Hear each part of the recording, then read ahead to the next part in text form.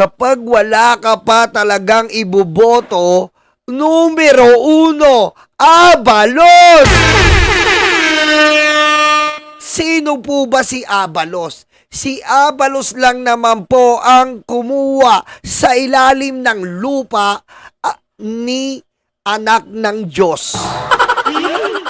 Abalos, men. Eto po, pasok! Let me finish. Yeah. Mr. President, if I may, Your Honor, I think Please, that, please, tatapusin ko lang. You will have that your is time. sub judice, You will have your Your Honor. time. Sub judice, that goes into the very merits of the You will case. have your time, Atty. Corion. Yes, I know that, This is Your Honor. part of But the that is transcript of the improper, Senate. Your Honor. Yan si Abalos, kilala niyo po ba siya? Siya ang nagpakulong sa anak ng Diyos. Kahit anak ka pa ng Diyos, ikukulong ka ni Abalos, basta mali ka. Ha? Basta mali ka, ikukulong ka ni Abalos, basta mali ka. Hindi pwedeng anak ka ng Diyos, exempted ka na, kukulong ka niya. Kita niyo po, ayan no? Ayan po si Abalos. Pasok. That is improper. Order. This is my speech. Kita niyo yung kalbo na yon? Walang yayon, kampisa. Menor de edad na nang re-rape. Walang yayong kalbo na yon. Tumatakbo din yon. Si Ronald De La Rosa ba to? Kinukonsinte yung nang re-rape ng menor de edad. Kinukonsinte yung namiminger na dating presidente. Pinipinggir ang katulong. Tama ba yon? Mali yun, kapatid. Ha? Mali po yun. Kapag namiminger na po, katulad ni Duterte, Rodrigo, mali po yun. Kapag nang-rape po na anak ng Diyos daw na si Kibuloy, nang-rape ng minor de edad, mali po yun.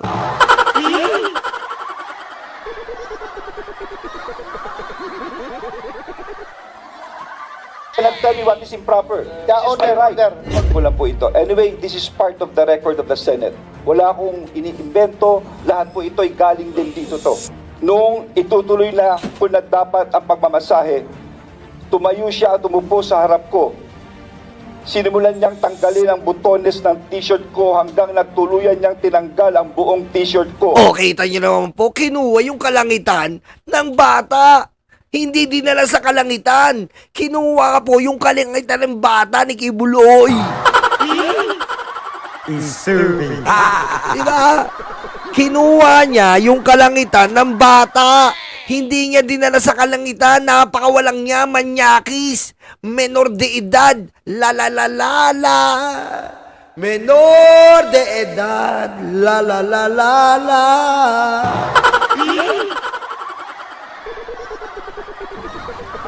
Noong nakahiga na ako, pumaibabaw sa akin si Kibuloy. Inibabawan po mga libag, mga karayuma. Nakita niyo po mga kanguso, no? Ayon sa ating magiting na senador, number 1 sa balota, Benor Abalos. Iboto niyo na ba? Inibabawan po ang musmus na bata. Inibabawan, ganun po kamanyak ang PDP senator na si Kibuloy. Paano mong boboto ang mga ganyan? Paano yung binoboto yung mga ganyan? Isang PDP senador na pinasok yung kalangitan ng menor de edad. Oh, sheesh.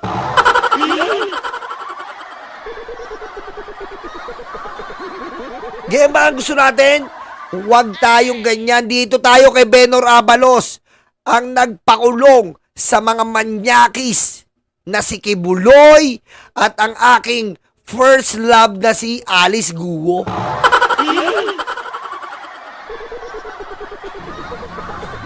Gusto kong sumigaw ng tulong Oh! at tanungin kung ano ang ginagawa niya. Oh! Pero naalala ko na bawal akong mag-question. Oh!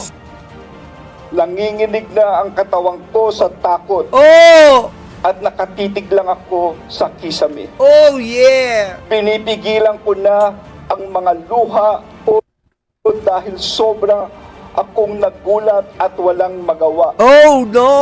Makatapos ay tuluyan na akong pinagsamantalahan ni Apollo Kibuloy. Yan po, kitang-kita nyo, yan po si Bener Abalos. Walang takot kahit napapaligiran siya ng mga kakampi niyang si Bato de la Rosa, si Turon na walang kwenta.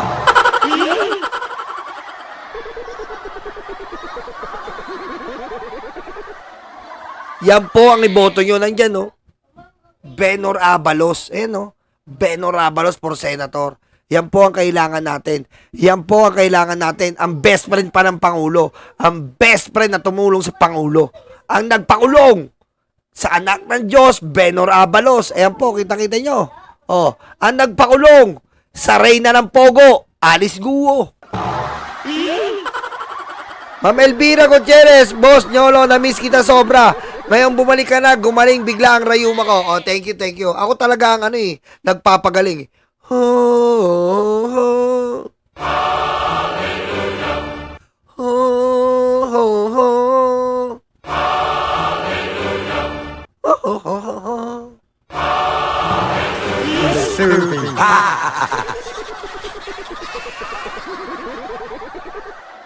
Ana? Ulit?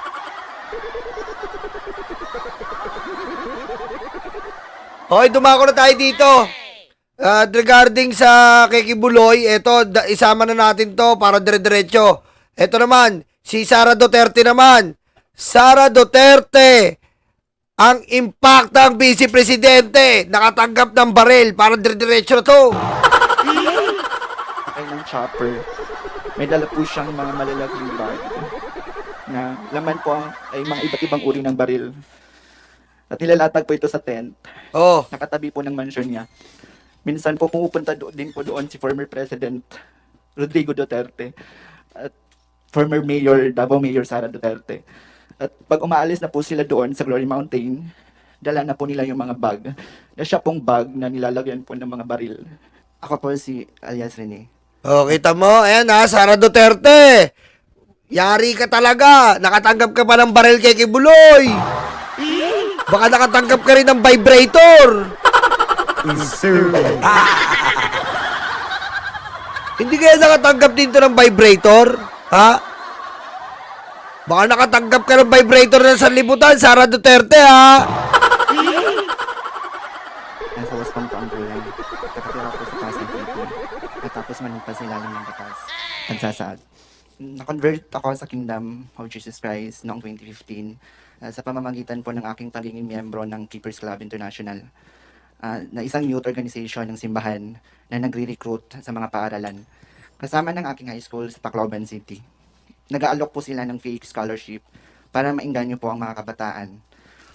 Pag nahumaling ka na po sa kanila, unti-unti na po nilang ipapakilala si Apollo Kibuloy na siya daw ang anak ng Diyos. Oo, anak ng Diyos! Manyakis!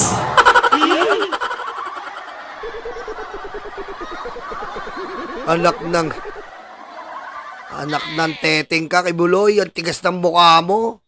Tumatakbo pa, no? Siya ang may-ari ng sanlibutan. Pumasok ako sa full-time ministry dahil sa paniniwalang iyon at buong pusong inalay ko ang aking sarili sa kingdom. Sinabihan po kami ni Kibuloy na iwan na namin ang aming pag-aaral, ang aming pamilya, at aming mga pangarap sa buhay dahil kailangan namin mag-focus sa mga ipapagawa niya. At para Oo, yan. Asan ba yung kay Sara Duterte na lang? may news sa Makati bilang pong researcher, 8 a.m. to 4 p.m. po yung duty ko sa newsroom. Nalalaman ko, especially sa mga nakita ko sa Glory Mountain. Kung hindi, ipapakulong daw ako at mawawala ako dito sa mundo. Nanahimik po ako ng ilang taon. Bit-bit po ang trauma, ang aking mga pinagdaanan. Lalo na po ako ay member ng LGBTQ community. Maraming salamat po.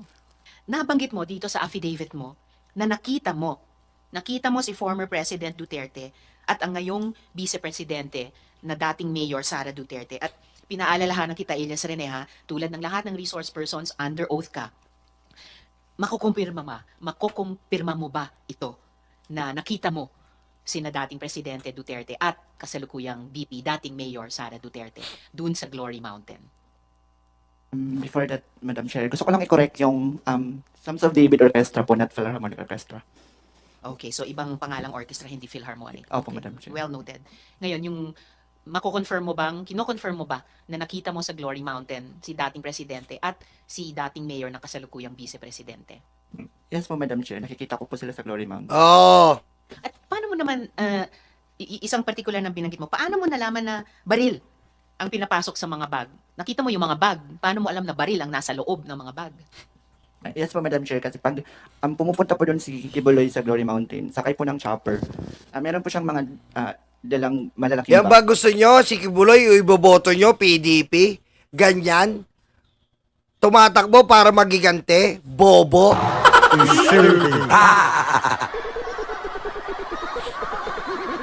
Sabi ko sa inyo nga, burahin nyo na mga Duterte. Ngayon pa lang, burahin na natin. Si Sara, binoboto. Iboto daw ang Duterte. Ngayon, Duterte 12. 12 na sila. Potek. Para isalba siya sa impeachment. Pantanga. Tapos yung bag po ay from helipad, sinasakay niya po doon. Dinadala niya sa mansion niya. Tapos after nilalatag po sa ground, sa may tent po na near mansion niya. Tapos doon po nilalatag yung mga iba't ibang uri ng baril. So teka, ang nilalatag ay bag pero inilalabas ang laman ng bag? Nilalatag, baril po yung ang kinukuha from the bag. Tapos ito po ay nilalatag sa ground. Okay, so hindi lang bag ang nilalatag. After ilatag yung bag sa ground, dun sa tent, nakita mo na inilabas yung laman at nakita mo na ang laman ay baril na iba't ibang klase? Yes po, Madam Chair. Okay, so kino-confirm mo yan sa komite na nakita mo ng sarili mong mata na inilabas ang laman ng mga bag at ang lamang ito ay mga baril na iba't ibang klase. Ayan, kaya kita po, ayan, sila Sara, sila Duterte, Sara Duterte, pamilya ni Sara, sila Digong, si Kibuloy, kay OJC. Ayan po ay magkakasabwat. Diyan po pinaiikot ang pera ng taong bayan. Diyan nila pinaiikot-ikot yan. Palibasa, si Kibuloy po, hindi po dati nasisita at napapakita ang statements of asset and liabilities at wala pong tax. Diyan po tinatambak ng mga Duterte ang pera nila. At ito nga po, hindi naman imposible na ang baril matanggap nila Sara, sila Sara pa. Mga ano yan, mga himod ng puwet kay Digong yan. Ayan nga po, di ba? Pinakita ko sa inyo, oh. Tingnan niyo si Sara at si Digong, ayan, oh. Ayan po yan, oh. Ayan yan, oh. Ayan yan, oh. Amen, amen. Oh. Ayan yan, oh. Yan ang sinasamba ng mga Duterte. At kayo mga DDS, huwag kayong tatanga-tanga. Ha? Hindi pwedeng love nyo lang si Digong. Kapag love nyo si Digong, didilaan nyo rin yung betlog ni Kibuloy.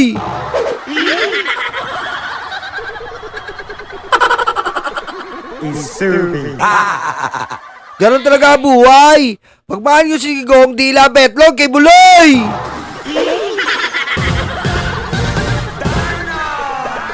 Sakit na katotohanan yun. Ganon talaga. Kaya yan, hindi posible. Kaya si Sara at si Digong, magkakasabwat talaga yan. Matagal na. Lahat ng kademonyoan ni Digong, alam ni Kibuloy yan. At lahat ng kademonyoan ni Kibuloy, alam ni Digong yan. Di ba nabalita pa nga, nagre-regaluhan ng mga babae yan? Babae nga mga pastoran, nagre-regalo dyan Tapos baril lang kay Sara, simpleng bagay lang yon. Baril lang kay Sara, wala yon. Basic na basic yon.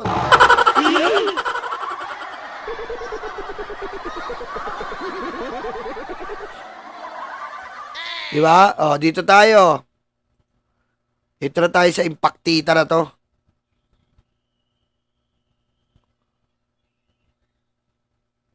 Dahil lang ha.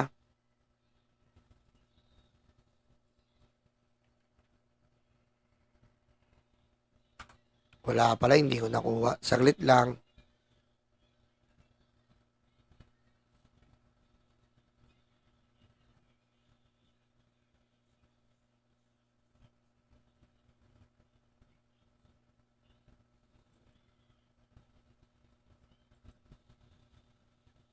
Saglit lang ha.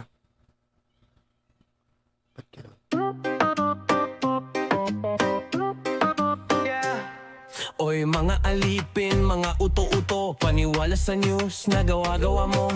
Akala mo kung sinong mga matalino, pero bakit na yon mukha kayong tanga at gago? The fake news yan, tinawag sa kongreso, nagtago sa lungga. Matapang lang talaga sa social media, pero sa personal ang pangit nila. Per Duterte sa kalam, ang puon nilang nakadaya, pero silang diablo, silang masama. Mga kulto ito na walang hiya. Okay, dito na tayo. Dito tayo. Nawala pala. Okay, dito na tayo.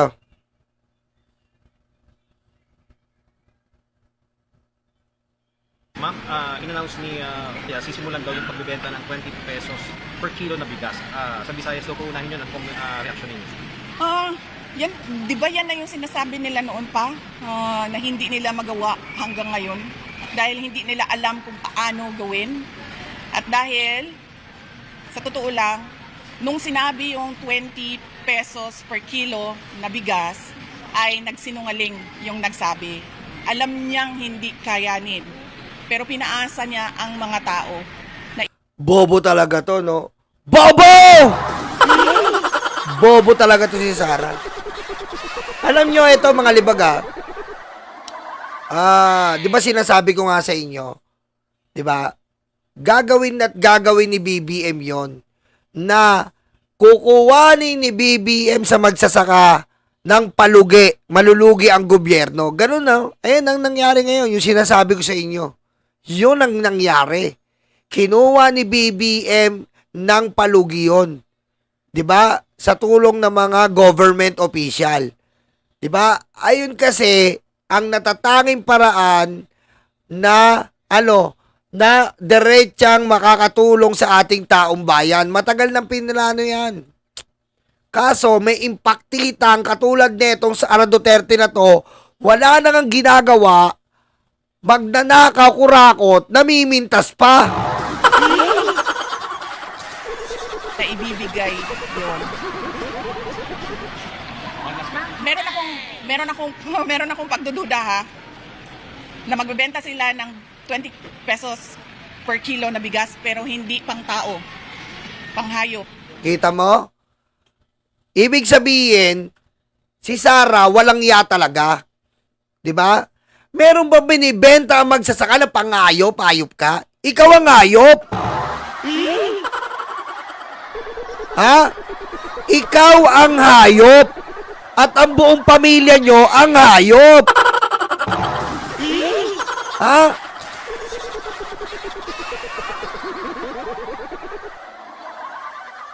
Pwede ba ibenta ng pangayop? May bigas bang pangayop?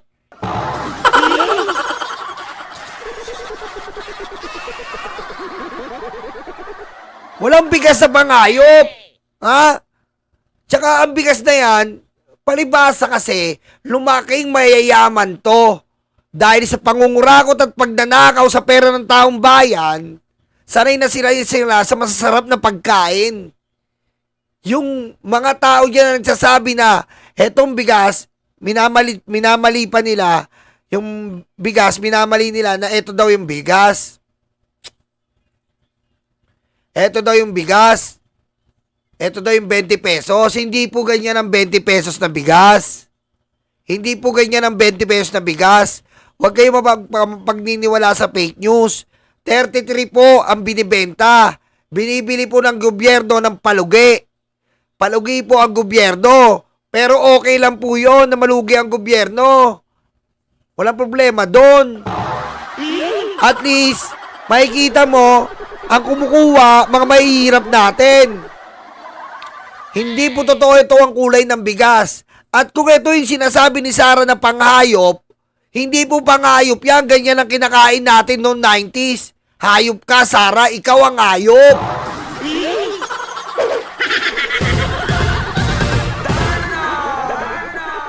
Ayan po, kinakain natin ng 90s.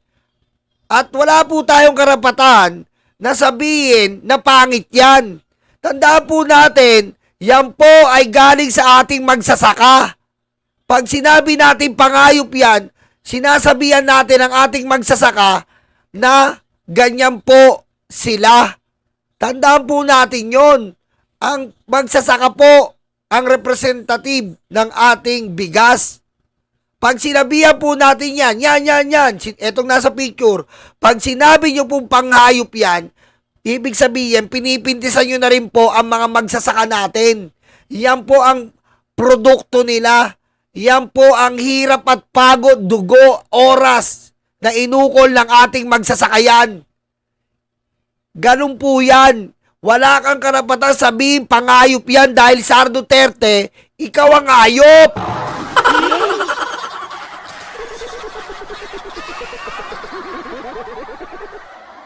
Tama. Susisu, pinalaki tayo ng magulang natin na kapag sinabing bigas, saan man yan, dumating pa nga tayo sa punto natin, dinadampot natin yan sa kalsada. Pag inuutusan tayo, anong sabi ng magulang mo? Ingatan mo buti yung bigas. Pag nahulog yan, dinadampot pa nga sa kalsada yan dahil pagkain yan. Ganyan man yan kaitim mga DDS na tanga. Kahit anong i-fake news nyo, hindi nyo sasabihin na yan ay pangayop. Dahil pag sinasabi nyo pangayop yan, sinasabihan nyo rin na magsasaka na ganun ang trabaho nila. Tandaan nyo yan. Ganun kayo kabobo. Hindi, wala kayong moralidad sa tao. Wala kayong paggalang. Yan ay prinoseso ng ating magsasaka. Ganyan man ang produktong yan, ganyan man kinalabasan, respetuhin mo dahil galing yan sa ating local farmers. Kung ay pakyo kayo, DDS. Sunshine, thank you. Nyolo, miss you. Finally, nag-live ka na. Thank you. Kaya walang yapo sa pangunguna ni Sara Duterte, walang yapo talaga yan si Sara Duterte. Ganyan po ka-inutil, magnanakaw, kakurakot si Sara Duterte. Pinipintasan niya, akala niya, pinipintasan niya yung magsasaka. Akala niya pinipintisan niya si BBM. Magsasaka ang pinipintisan mo. Dahil kung ganito ang nakuha ni BBM, wala ka pa rin karapatan maminta, Sara, bobo. Kung ganito kapangit ang nakuha ni BBM na bigas, wala kang karapatan, Sara, na sabihin mong panghayop yan. Galing yan sa magsasaka, inutil ka. Ha? Ilang panahon ang ginugugol para itanim ang palay. Ilang tirik na araw nakabilad ang ating magsasaka. Ilang pawis ang pumatak para maani yan. Tapos sasabihin mo, pangayop? Anong klase ka? Ikaw ang ayop!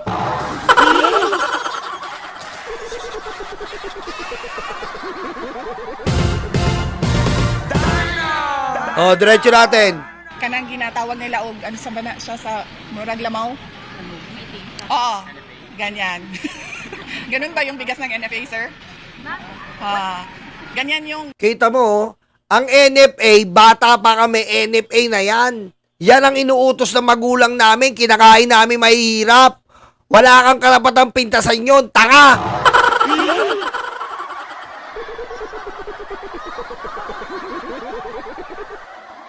Doon kami nabuhay sa NFA. Sa hindi maputing bigas. Pero buhay kami. Masarap kainin yung bigas na yon kasi natututo ka ng magandang asal, hayop ka.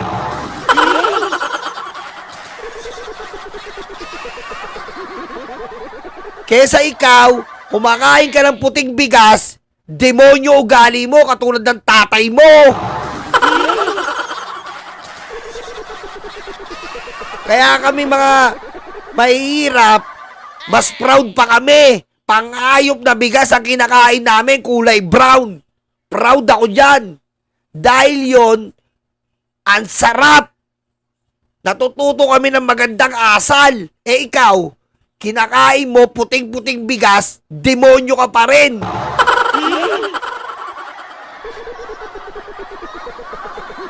Ganyan yung, pag sinabi natin 20 pesos per kilo na bigas, yung pwede kainin ng tao.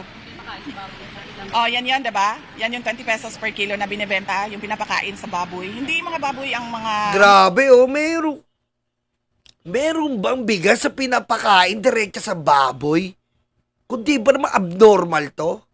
Meron bang bigas pinapakain mo sa baboy? Ha?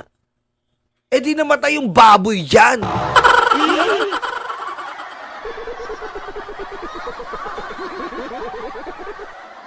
Ganun ka bobo to eh.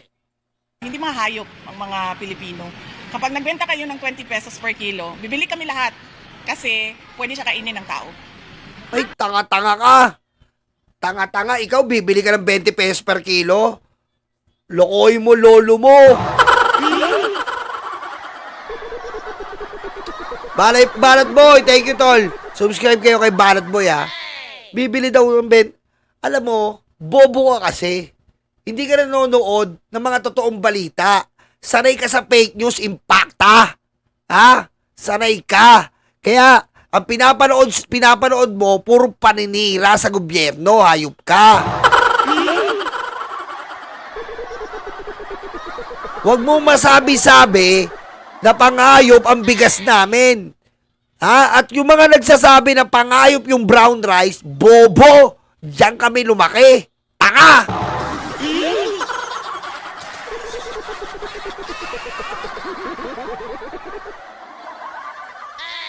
Diba? Masyado kayong walang ya eh. Biro mo, pinipintasan nyo ang produkto ng magsasaka? Ha? Pinipintasan nyo? Bakit? When it comes to product, ano ba yung product?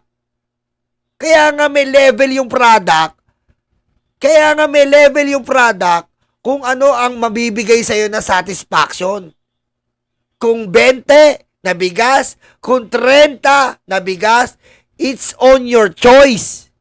Pero meron kasing mga tao na katulad ng mahihirap nating mga kababayan, no choice. No choice sila kasi wala silang pera.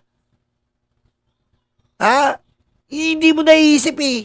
May mga kababayan tayong no choice. Kaya nandyan ang 20 pesos na bigas. Kasi yun lang ang makakaya ng kanilang bulsa. Ha? Ngayon, kung ayaw mo kumain ng 20 pesos, huwag mo nang pintasan. Kumuha ka ng 30, 40. May mga kababayan tayo, no choice, Sara. Impacta ka.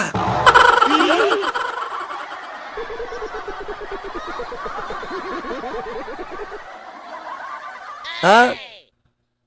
At saka, eto lawakan nyo yung isip nyo. Alam mo, Sara, at mga Duterte, mga DDS, alam nyo, sa totoo lang, bobo kayo lahat eh. Napatunayan ko na. Hindi nyo alam, sa kakapintas nyo ng kakapintas sa ating Pangulo, hindi nyo naiisip na tinataas nyo ang record ng Pangulo? Ha? Bakit? Bakit? Kasi ganito lang yan eh. Ito ang nagpapatunay na ang ekonomiya natin ay maganda. Dahil ang bigas natin ay sobrang baba na. Ang gasolina natin, pinapakita ko sa inyo, ay sobrang baba na. And kung ekonomista ka, naniniwala ka sa law of supply and demand, alam mo yan.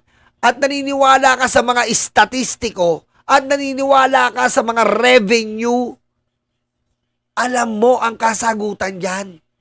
Kung kaya na ng Pilipinas na magkaroon ng mababang bigas, maayos ang ekonomiya, gumagalaw ang ekonomiya, nagpa-process ang ekonomiya, maganda ang takbo ng ating bansa.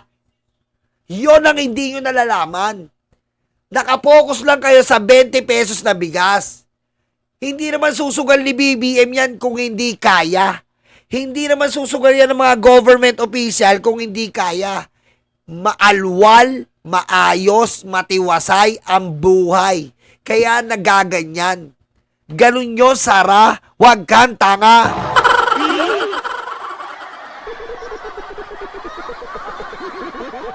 Ha? Hindi yung porkit akala mo nakakapintas ka, nakakapuntos ka. Napupuntusan mo kada pintas mo si BBM. Napupuntasan mo ng magandang rating si BBM yan. Kasi nga, nandun na si BBM sa point na napapagalaw niya ang ekonomiya. Ume-epekto na ang lahat ng pinunla. Ang magsasaka gumagalaw. Ang ekonomiya gumagalaw. Kayo na lang ang di gumagalaw, maluga kayo. Out of the timing ng announcement ng 20 pesos per kilo na bigas just weeks before the election. Ano na yan, promise na naman yan sa mga tao na alam mong para lang sa eleksyon at para lang sa kanilang mga... Ikaw nga nag-promise ka 100 billion aayusin ang DepEd. Anong ginawa mo? Ninakaw mo?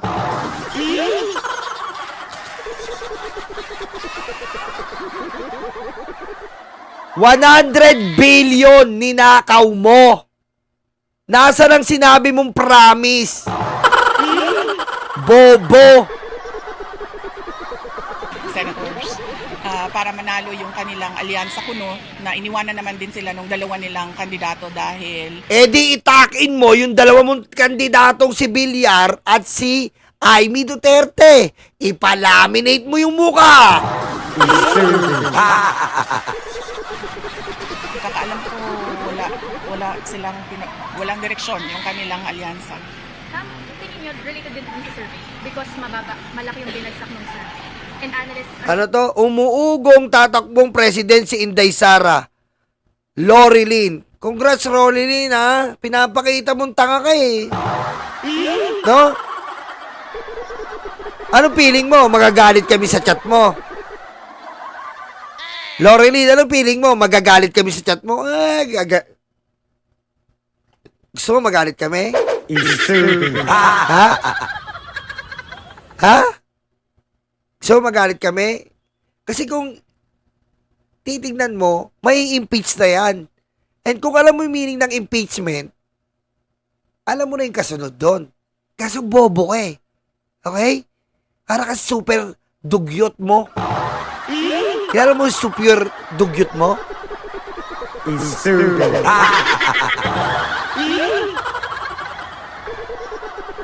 Kaya nga your Filipina page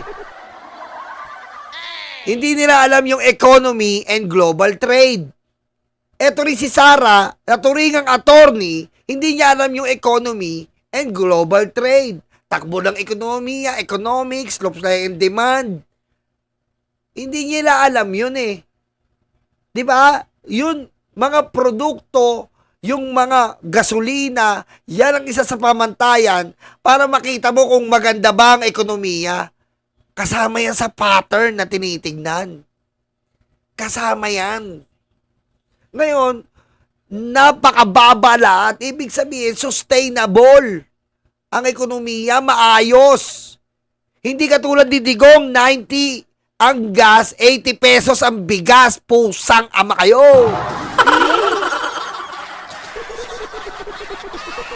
saying that they need para ang carrot to lure in again the confidence of the Philippines. Well, hindi ko alam kung anong motibo nila. Baka, yes, inaano na naman nila yung mga tao, binubudol na naman nila yung mga tao sa 20 pesos per kilo na bigas. At Binubudol yung tao. Ikaw, ano bang ginawa mo sa Pilipino? Magsabi ka nga, libreng sakay? Kapal na mukha mo, libreng sakay? Proud ka na? Ori Gonzales, thank you. Kapal ni Sara, no? Proud na yata to sa proyekto niya, libreng sakay.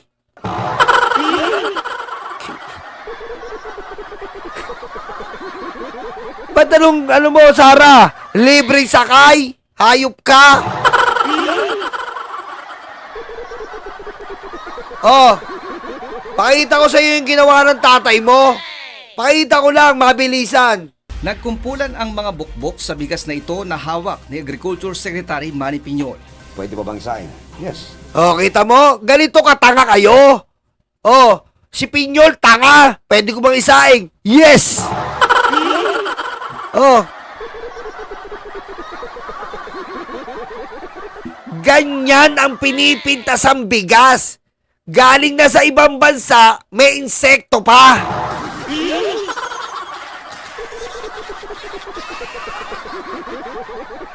Tanong, pwede ba bang kainin? Yes. Bata pa ako, kumakain na kami ng bigas na nahugasan lang, na may bukbok. Oh, yan ang katangahan. Kita mo kung gaano katanga to si Piñol? Bata pa ako, dinugasan namin ng bigas na may bukbok.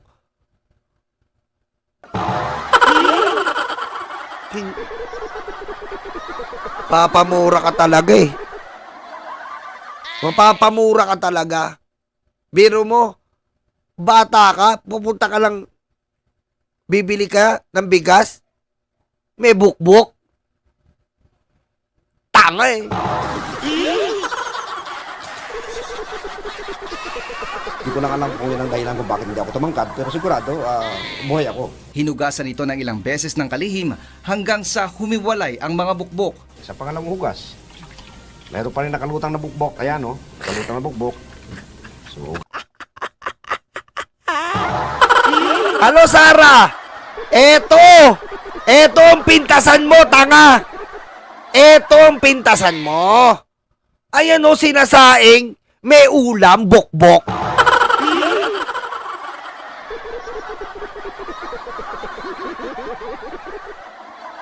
Oh. Kaninong administrasyon to sa tatay mo? Walang yaka. Tapos sa pipintasan mo yung mga magsasaka, eto import to sa China. Sinindikato na ng kapatid mo, sinindikato na ng tatay mo, sinindikato na ni Piñol. Oh, ganun pa rin, bokbok.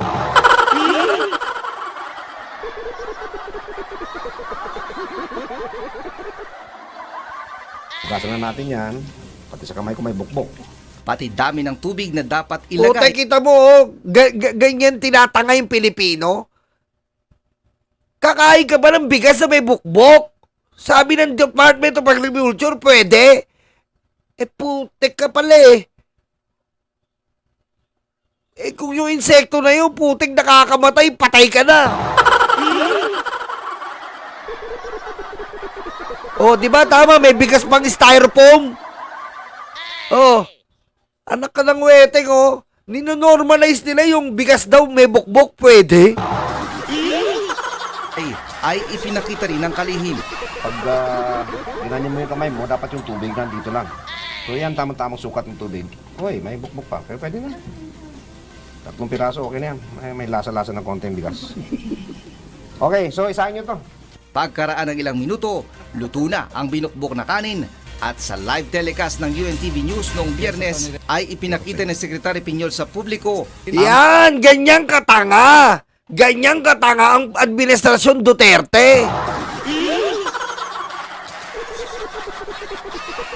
Pero nyo po ha, hindi po yan produkto ng magsasaka natin. Import na yan. Dahil sa gusto mangurakot ng nila digong, ha? Binili nila yung talagang lumang-luma po na bigas yan. Ang bigas po, pag talagang pinabayaan mo sa stock room at nagkaroon niya ng konting-konting patakman lang ng ulan, na basa ng konti yan, papasukan po yan ng insekto. Ibig sabihin po, kaya may bukbok yan, luma na. Ini-import nila yan.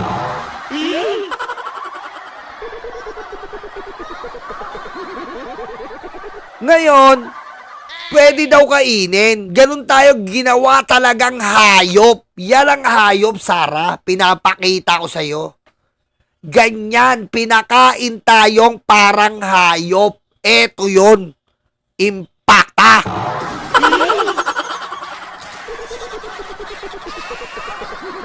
Hindi mo papakainin ng Pilipino ng lumang-lumang bigas na nakaipon lang, ilang metric tons po yan. Ilang daang libong metric tons ang dinala nila Digong dito sa pamamagitan ng smuggle niyang anak.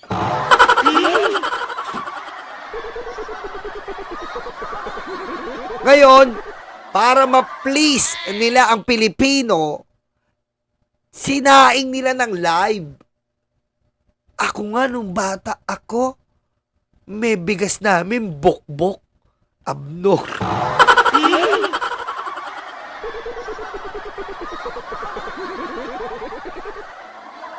So, Sara, ngayon, kumparayan natin ang brown rice ng NFA o bok-bok rice ng China.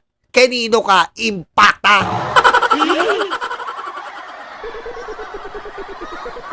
Ha?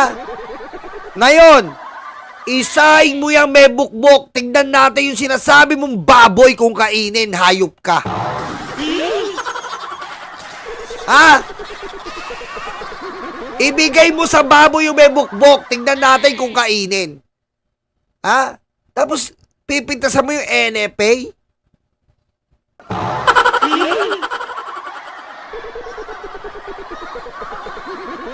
Pagkain ito, pati na ng galunggong. Ito po yung kanin na may bakbok. Pwedeng kainin. Pakita ko sa inyo. Galunggong may formalin. Kainin natin. Walang formalin ito. Nilinaw ng kalihim na ang pagkain niya ng binukbok na bigas ay upang ipakita sa publiko na hindi dapat sayangin ito o itapon. Pilit na pilit si ano oh. At tignan mo yan, bigas Ngunit ibaan niya ito sa kanya namang posisyon kung ang pag-uusapan na yung issue. Ayan po, kaya po binubugbog ang bigas, either nabasa yan o lumang-luma. Ang bigas po, pag nabasa talaga kahit konting patak yan, pupuntahan na po yan. Maaamoy na yan ng insekto. Yan po ang ginawa nila Pinyol.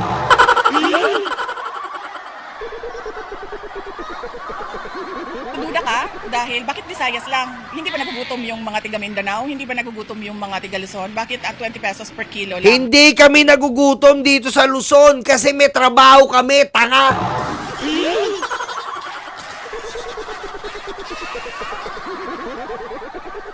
Nakakabili kami ng bigas dito, tanga.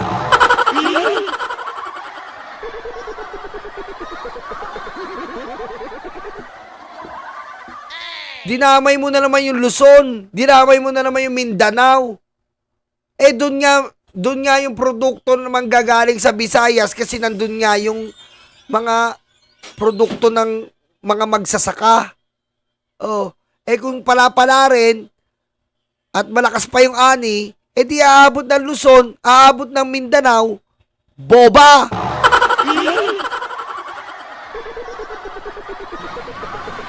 Dito sa Visayas.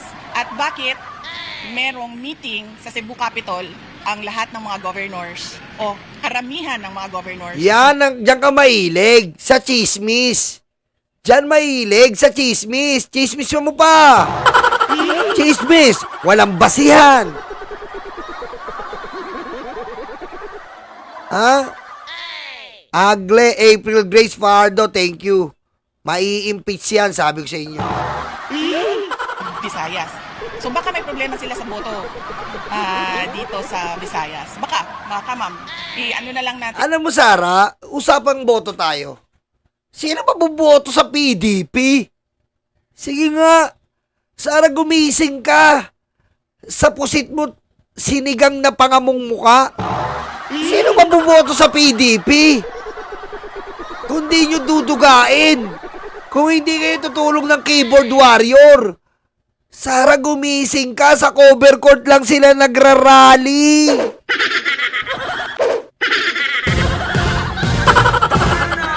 Gumising ka. Sa malasirek mong muka. Sa cover court lang sila nagrarally. Baka pag nagrally nga sila sa KOJC Kingdom, putik magmukhang tae.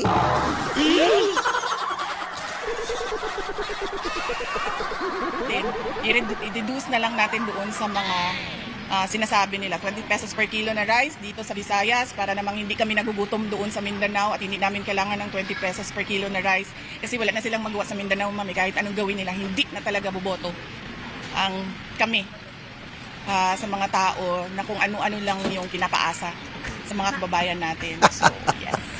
Akala mo nire-representa niya yung Mindanao? Ang kapal talaga ng muka. Akala niya nire-represent niya yung Mindanao mag-isa, no? Kala mo talaga siya yung nagre-represent lang ng Mindanao Kala mo lahat ng Mindanao ayaw sa loob niya tigas ng mukha Question lang po, dun sa statement ni Attorney Kaufman, sabi niya mali daw po yung sinasabi na the Duterte camp wanted to limit yung mga victims sa may passport at saka sa may national ID. Clarify lang po natin, ma'am. Kasi ang sinasabi po niya, sinisisi niya si Attorney Cristina Colby and the other Filipino ICC lawyer for parang misleading allegedly the public. Ano po ba talaga yung intention ng Duterte family towards it? Hindi ma'am, yung moves ng abogado ay moves ng abogado para sa kliyente niya. So malamang pinag-usapan nila yon ng kanyang client na si dating Pangulong Rodrigo Duterte. So hindi ako maka-explain sa mga ginagawa nila dahil meron silang lawyer-client confidentiality. Pero ang naintindihan ko lang as a lawyer ay ayaw ng defense, ayaw ni Attorney Kaufman na merong mga peking witnesses at merong mga peking complainants na ipasok ang mga gustong pabagsakin yung pamilya namin. Ma'am, nabanggit niyo yung Gustong pabagsakin? Tanga! Bagsak na yung pamilya mo! Asa na si Digong? Ano balita kay Digong? Sara! Asa na yung ano? We are not Filipino for nothing! Ubos!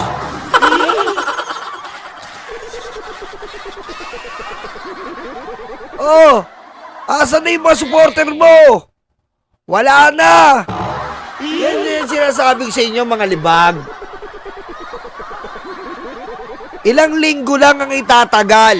Tapos na ang istorya talambuhay ni Digong. Wala nang asim.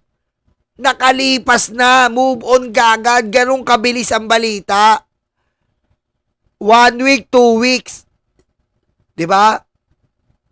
Nasa balita ka. Pagtapos niya, wala ka na. Ngayon, ang sunod na natin, impeachment mo. Ganun yun. Sunod na natin ang impeachment mo. Castro. Kaya daw nag-drop ng ratings ni PBBM dahil daw biktima siya ng fake news. Ang impeachment. Lahat naman tayo biktima ng fake news, 'di ba? Kayo lahat biktima din kayo na alam nyo, kasi may experience kasi ako sa Castro na apelido, yun si Franz Castro. Wala talagang maayos na lumabas doon sa bibig ng babae na yon. Siguro itong pinsan niya na si Claire Castro, kaya ganyan din siguro. Baka galing... Kita mo yan ang vice presidente nyo, tanga. Di mo nagbibigay siya ng facts. Pinsan daw ni Attorney Claire, yung si Claire, si Franz. Siya nagbibigay yan Tama? Sino fake news? Siya kagad, fake news. Alam niyo na kung sino fake news. Hindi naman magpinsan yun sino fake news? Siya. Siya yung binabanggit niya. Fake news. Ganun kabilis, Sara. lang sila sa isang puno. Ma'am, any party news? Ma'am, sa dahig, kailan ka babalik, ma'am? Nag-promise ako sa mga magulang ko, sa nanay at sa tatay ko, na sa birthday ko, silang dalawa yung kasama ko.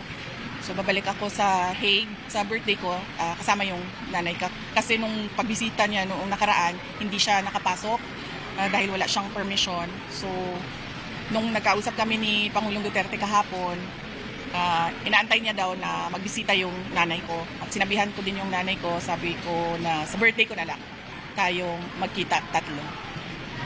Any party news, ma'am? Kakastal na. Yes, oo.